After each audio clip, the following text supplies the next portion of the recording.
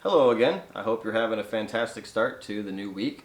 I know personally I'm realizing how difficult it is to keep these videos short, so I'm going to try and be as concise as possible in trying to encourage you going into this week. I would like to talk about the topic of humility. Now, I understand the first gut reaction to that is, how is Travis going to try to encourage me by telling me to humble myself? And I think that initial reaction points to a misunderstanding we have of the value of humility and what it means to be humble. And to illustrate that false view of humility, I'm going to use an example. You'll notice I'm wearing a Detroit Lions hoodie. That's because growing up in Michigan, I am a die-hard Detroit Lions fan.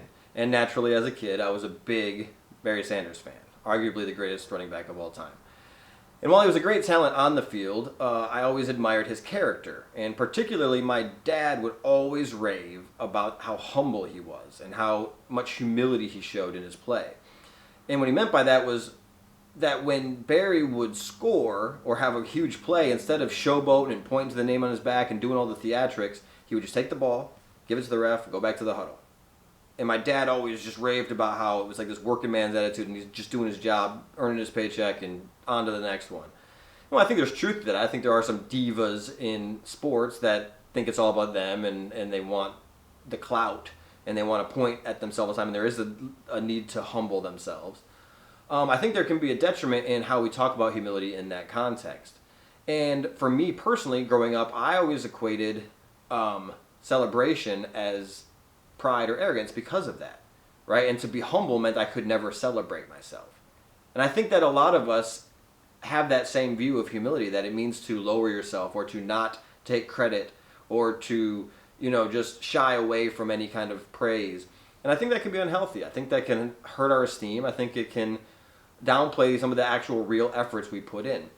And so today I would like to redefine, or more accurately define, what humility means. And to do that, I would like to pair it with another value that we all understand, which is honesty. I believe humility and honesty are like cousins. While honesty is the willingness to tell the truth, and we all understand that, humility is the willingness to accept the truth. And so oftentimes, people who need to humble themselves or learn humility are those that have a conflated view or an unrealistic view of themselves or their importance, right? And that seems to be the tendency of humanity sometimes, to think too highly of ourselves. So we need to learn humility by lowering and more accurately seeing ourselves and our capabilities and our frailty, right? But I think for those of us who sometimes struggle with lower self-esteem and don't celebrate ourselves enough, an accurate view of ourselves would actually raise us into a place of just realizing the fruit of our labor and celebrating teamwork, right? Because a lot of times pride and arrogance comes from like, look what I did, even though you had all this support and all this help. Just recognizing that support and that help and celebrating it is just victory. And that is not a bad thing. It's something that we should strive for. And so I think too often when people want to praise our efforts or give us an award or just celebrate, that's the word I'm going to keep using, celebrate us, oh no, it wasn't me, oh gosh, please don't. And we think we're being humble, but in reality we're just denying blessings. And so I really want us to understand that definition of humility is just seeing the truth. And I think we can see that evidenced in the way we talk about humbling experiences.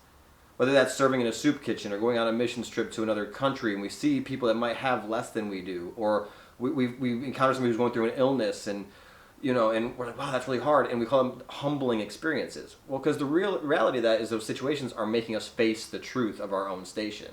Oh wow, I actually do have a lot, and the things I complain about aren't really that big of a deal, right?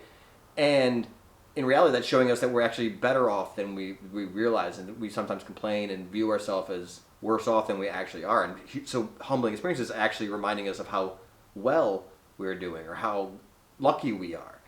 And so I just really want us to focus on that moving forward in our own lives, that it isn't bad to celebrate yourself. It's bad to celebrate things that aren't true. If in reality you play a pivotal role in your team, it's okay to be like, I'm excited that I'm achieving what I'm putting out to achieve. And so me trying to be an honest person, when I come around and I try to encourage you or I point out things that I see you're doing well, I hope you believe me in humility that that's accurate and you're doing a great job. And I just think so many of us could benefit from not ignoring the blessing of celebration and recognition.